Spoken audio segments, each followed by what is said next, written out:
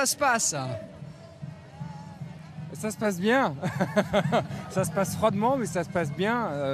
Courageusement pour ceux qui sont là, parce que c'est pas toujours facile, notamment pour les enfants et ceux qui sont malades. Mais on est derrière la Bastille maintenant. On va passer le pont d'Austerlitz et puis aller vers la Pitié-Salpêtrière. Vous pouvez continuer évidemment à nous rejoindre. On est en compagnie de Martine. Bonjour Martine. Bonjour.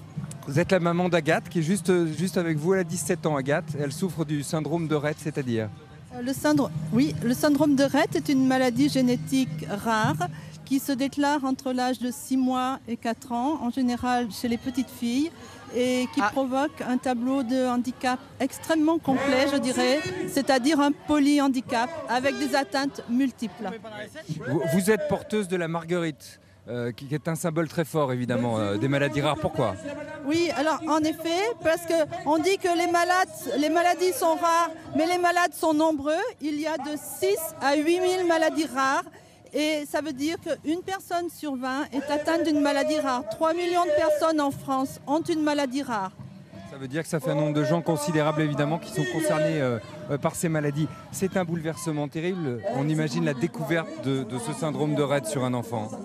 C'est en effet une maladie dévastatrice qui bouleverse totalement les familles, la vie dans les familles. Mais vous m'avez dit que vous n'avez pas dormi pendant 4 ans, c'est ça ?